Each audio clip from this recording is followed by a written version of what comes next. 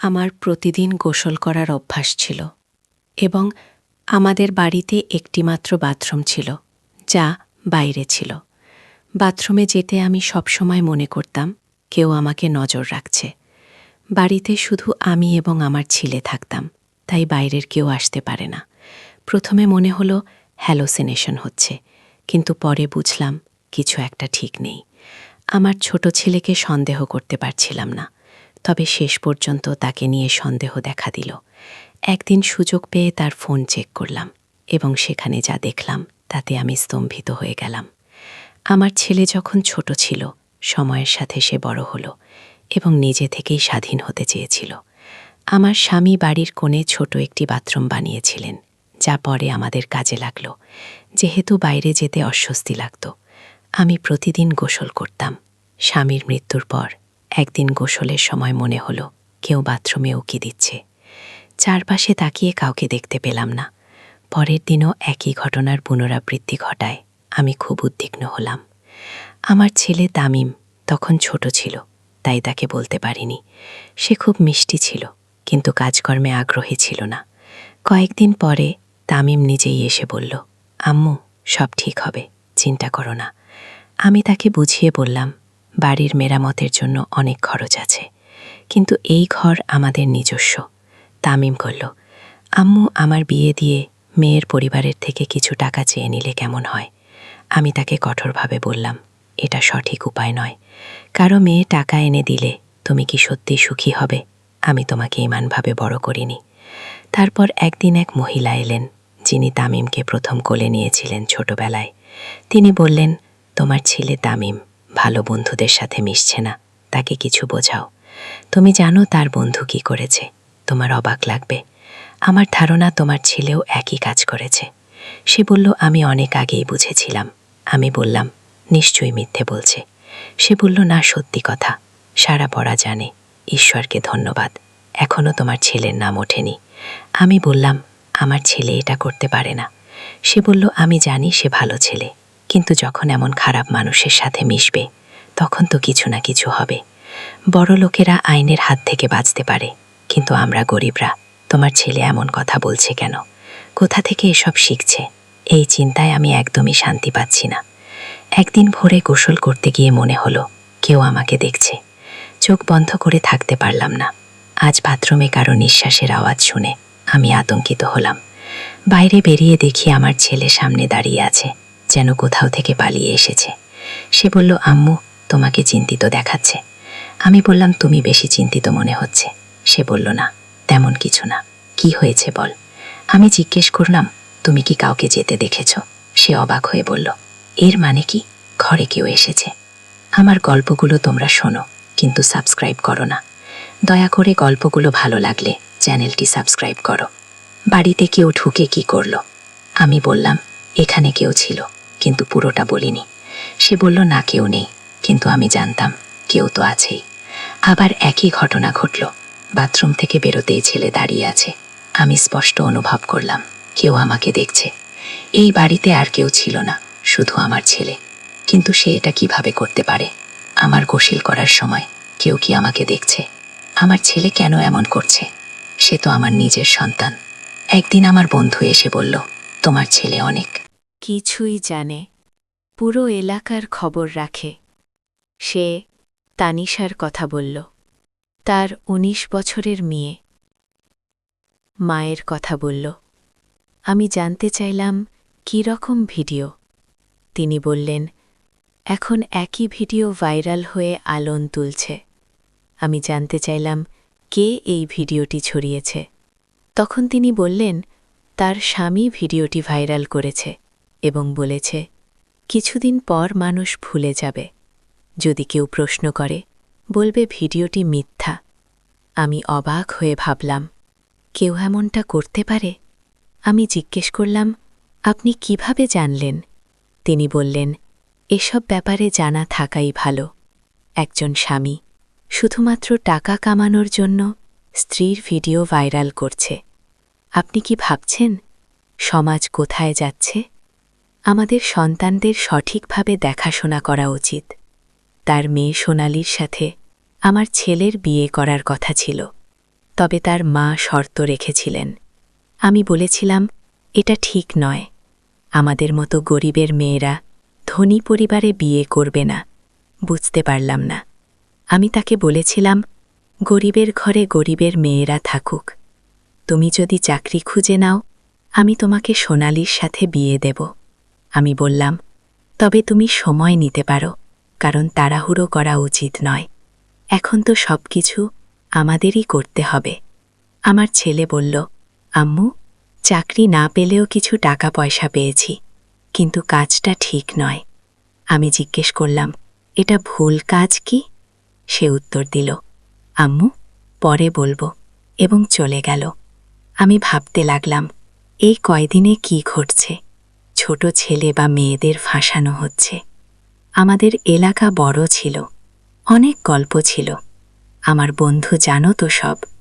আমি চিন্তিত ছিলাম, আমার ছেলে আগামীকাল কি করবে। কেউ একটা ভিডিও ভাইরাল করেছে। আমারও মনে হচ্ছিল, যদি গোসল করি, কেউ আমাকে দেখছে। এই চিন্তায় মন খারাপ হয়ে গেল। আমার স্বামীর সাথে সুখে কাটিয়েছি। এখন এই বয়সে যদি কিছু হয়, কি করব? ছেলে যদি জানতে পারে, সে কিছু করতে পারবে? সে তরুণ, আবেগপ্রবণ, বাথরুম কোণে ছিল। পেছনের রাস্তায় একটা প্রাচীর, বড় স্কাইলাইট ছিল। কিছু লাগানো ছিল না, খুব উঁচু ছিল। আমরা কাপড় বা জাল লাগাইনি, কিন্তু এখন দুশ্চিন্তা হচ্ছে। স্নানের আগে স্কার্ফ দিয়ে ঢেকে দিলাম, যাতে কেউ দেখতে না পায়। রাস্তাটি উঁচু ছিল, আমাদের বাড়ির নিচে। আমি সবসময় ভাবতাম, এত কাজ করার পরেও একজন বয়স্ক মহিলা হিসেবে আমাকে কেন লক্ষ্য করা হচ্ছে। আমি তখনও 40 পেরোইনি। আমার ছেলে ছোট ছিল, আর আমি তার বিয়ে নিয়ে ভাবছিলাম। একদিন স্নান শেষে বাইরে এসে দেখি, কাপড়টা জায়গা থেকে সরে গেছে। আমার মনটা খুব খারাপ হয়ে গেল। আমি তো কারো ক্ষতি করিনি। কিভাবে বলবো আমার ছেলেকে? আমি ভাবতে লাগলাম, কখন গোসল করি। কখনো সকাল, কখনো দুপুর, কখনো রান্নার পর। গ্রীষ্মে গরমের কারণে দিনে 2 বার গোসল করতাম, তাই এতবার গোসল করা অস্বাভাবিক নয়। আমি আমার ছেলেকে বললাম, যখন আমি গোসল করি, মনে হয় কেউ দেখছে। সে বলল, আম্মু, এটা তোমার মনের ভুল, চিন্তা করো না। তার এই কথায় আমি অবাক হলাম। সে এত সহজভাবে নিল কেন? এমন প্রতিক্রিয়া আশা করিনি। যদি কেউ মায়ের বিষয়ে এমন কথা বলে, ছেলে সাধারণত রেগে যায়, কিন্তু আমার ছেলে কোনো মন খারাপ করেনি। আমি ভেবেছিলাম, সে মন খারাপ করবে। সে কেন বলল না যে আমি তার মা, এবং এটি একটা বড় ব্যাপার। তাই আমি নিজেই ভাবলাম, যে এটা করছে, তাকে খুঁজে বের করব। এই বিষয়টি সহজ ছিল না, তবে আমি আমার বন্ধুকে বললাম যে আমি তার ক্যামেরাযুক্ত ফোনটি একদিনের জন্য ধার নিতে চাই। সে জানতে চাইল কেন। আমি বললাম, পরে বলবো। আসলে আমি ফোনটি বাথরুমে রাখতে চেয়েছিলাম, যাতে বাইরে থেকে কেউ দেখছে কিনা তা ধরা যায়। আমি ফোনটি নিয়ে এমনভাবে রাখলাম যাতে ক্যামেরা রোশনদানের দিকে থাকে। রেকর্ডিং দেখে আমি চমকে গেলাম। পরের দিনও একই কাজ করলাম। পরে বন্ধুটি ফোন চাইল, বলল তাকে প্রায়ই ব্যবহার করতে হয়, তাই বারবার ফোন চাওয়া সম্ভব ছিল না। আমাদের এত টাকা ছিল না যে বাথরুমটি অন্যত্র স্থানান্তরিত করতে পারতাম। অনেকেই এসে টাকা চাইত, কিন্তু আমার ছেলের কোনো স্থায়ী চাকরি ছিল না। সবাই বলছিল যৌতুক দিয়ে বিয়ে করিয়ে দাও আর নিজের কাজ শুরু করো। আমি ভাবছিলাম, আজকাল মানুষ ভিডিও থেকে প্রচুর টাকা উপার্জন করছে, কিন্তু এ ধরনের ভিডিও করা সহজ নয়। একজন স্বামী যদি স্ত্রীর ভিডিও ভাইরাল করে, তাহলে সে অনেক টাকা কামাচ্ছে। তাহলে কি একটি ছেলে তার মায়ের ভিডিও ভাইরাল করতে পারে না? যদি কাজ না থাকে আর জীবনে স্থায়ী কিছু না থাকে, এমনকি সে একটি গাড়ির শোরুমেও কাজ করছিল না। আমি তার কাছে গিয়ে বললাম, তুমি যাকে চিন্তা করছো তার সাথে এমন আচরণ করবে যে সে তার স্ত্রীর ভিডিও ভাইরাল করেছে। আমার ছেলে বিস্মিত হয়ে বলল, আম্মু, তুমি কি বলছো? এসব কথা কোথা থেকে আসছে? তুমি ঠিক আছো তো? আমি এমন কোনো বন্ধুর সাথে কথা বলছি না। আমি বললাম, তাহলে তুমি কি ভিডিওর কথা বলছিলে? আজকাল এমন ভিডিও ভাইরাল হয় যেখানে মহিলারা নাচে বা অন্য কিছু করছে। আমি তাকে সতর্ক করলাম, যদি আমি জানতে পারি তুমি খারাপ কিছু করেছ, আমি তোমাকে ছাড়ব না। সে বলল, আম্মু, আমি কেন এমন কাজ করব? তুমি যা বলছো তা একেবারে অমূলক। আমি বললাম, তাহলে তুমি কেন বলছো যে তুমি স্নান করতে গেলে বাইরে কেউ দাঁড়িয়ে থাকে? সে প্রথমে অবাক হয়ে গেল এবং পরে বলল, তুমি হয়তো ভুল ভাবছ। কিন্তু আমি তাকে জানিয়ে দিলাম, যদি এমন হয় তবে তুমি কি করবে? তুমি সেই লোকটিকে আটকাবে? একবার দেখাতে চাও, লজ্জা ছাড়াই? দয়া করে এই বাথরুমে স্কাইলাইটটি বন্ধ করুন। যখন তোমার বাবা এটি তৈরি করেছিলেন তখন ছাদ না থাকলেও সমস্যা হতো না, কিন্তু এখন সমাজে যা ঘটছে তা ভাবতেই লাগে লাল হয়ে যাচ্ছি। আমার মনে হয়েছিল তুমি কিছু করবে, কিন্তু তুমি কিছুই না করে বসে আছো। আমার ছেলে অদ্ভুতভাবে বলল, যদি মনে হয় কেউ দেখছে তাহলে বাথরুমে যাবেন না। এটা বলার পর আমি বাথরুমে যাই না। গ্রীষ্মে আমি টয়লেটে স্নান করতে গিয়ে ভয় পেতাম। পরিষ্কার পরিচ্ছন্ন থাকতে অভ্যস্ত ছিলাম, কিন্তু এখন এসব নিয়ে ভাবতে থাকি। আমার ছেলের উপর নজর রাখা দরকার, কারণ এই বাড়িতে কেউ আসে না এবং হঠাৎ সে এমন অদ্ভুত আচরণ করতে শুরু করেছে। আগে ছোটখাট বিষয়েও সে এত রেগে যেত যে মারামারি করতে রাজি থাকত, কিন্তু এখন একেবারে স্বাভাবিক।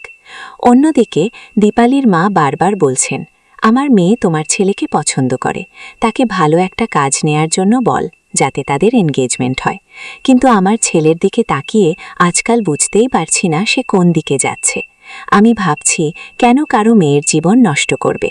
দীপালিও একজন পাগল ছিল যে আমার ছেলেকে ভালোবাসত। আমি ভাবলাম, যদি সত্যিই তাই হয় তবে তাকে কয়েক বছর অপেক্ষা করতে হবে, কারণ ও আমার বন্ধুর একমাত্র মেয়ে ছিল এবং আমিও তাকে খুব সুন্দর মনে করি। আমি ছেলের উপর নজর রাখতাম যখন সে বাড়িতে থাকত না। আজকাল সে বাড়ির বাইরে থাকত। একদিন আমি খাবার না খেয়ে গোসল করতে যাই, তখন আমি তার রুমে তার ফোন পড়ে থাকতে দেখেছি। আমি ভাবলাম তার ফোনে কি আছে তা দেখে নেব, কারণ আমি তার মা, আমি ফোনটা চেক করতে পারি। তবে যদি সে ফোনটা লক করে রাখে তাহলে কি করতাম? ফোনটা চালু করার সাথে সাথেই বুঝতে পারলাম সে লক করেনি বা কোনো পাসওয়ার্ডও সেট করেনি। মায়ের কাছ থেকে কিছু লুকানোর দরকার নেই। আমি গ্যালারি খুললাম, সেখানে একটি ভিডিও ছিল। ভিডিওটি খুলতে আমার হৃদয় ডুবে গিয়েছিল। ভিডিওটি বাথরুমের ছিল।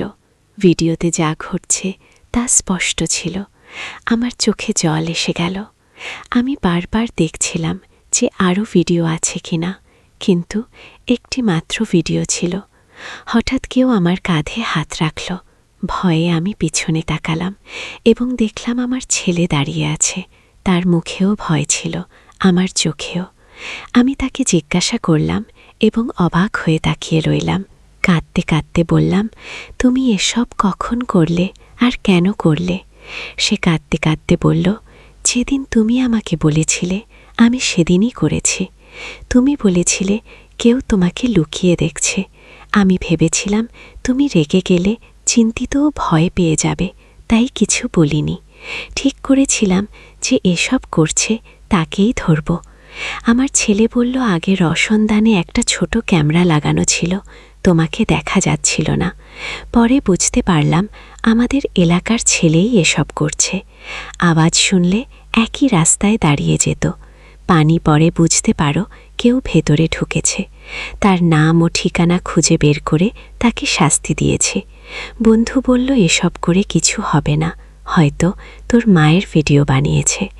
আমি তার সাথে কথা বলছিলাম এবং তিনি বলছিলেন, আজকাল কিছু লোকের সাথে কথা বলেছি এবং জানি আপনি যদি তাকে ধরতে চান তাহলে হাতে নাতে ধরতে হবে।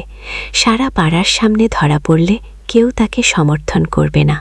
তিনি আরও বললেন, আমি আপনার চেয়ে বেশি রাগান্বিত, কিন্তু আমাদের ধৈর্য ধরতে হবে। এই ধরনের লোকদের ধরা সহজ নয়। আপনি বলেছিলেন যে একটি মেয়ের ভিডিও ভাইরাল হয়েছে এবং এটাও তার কাজ, কিন্তু সে স্বামীকে দোষারোপ করেছে। কোন স্বামী এটা করতে পারে? এলাকাবাসী কথা বলে সেটাকে গল্পে পরিণত করে। এই ছেলেটি আমাদের পাড়ার সবচেয়ে খারাপ ছেলে।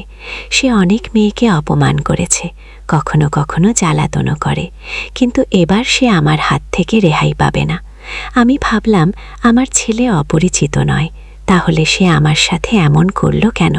এ সমাজ কোথায় যাচ্ছে, কিন্তু আমার নিজের উপর খুব রাগ হচ্ছিল। আমার ছেলে একটি সঠিক পরিকল্পনা করেছিল এবং ছেলেটি রসন দান থেকে মনোযোগ সরালেই তাকে ধরে ফেল। সে চতুর ছিল, কিন্তু এলাকার লোকজনও তাকে দেখেছিল এবং তাকে আটকানোর জন্য যথেষ্ট ছিল। সবাই মিলে তাকে ধরেছিল, পুলিশ মোবাইল ইত্যাদি নিয়ে গিয়েছিল। পুলিশ আরও জানিয়েছে অনেক মেয়ের ভিডিও করা হয়েছে এবং এ নিয়ে অনেক মামলা হচ্ছে।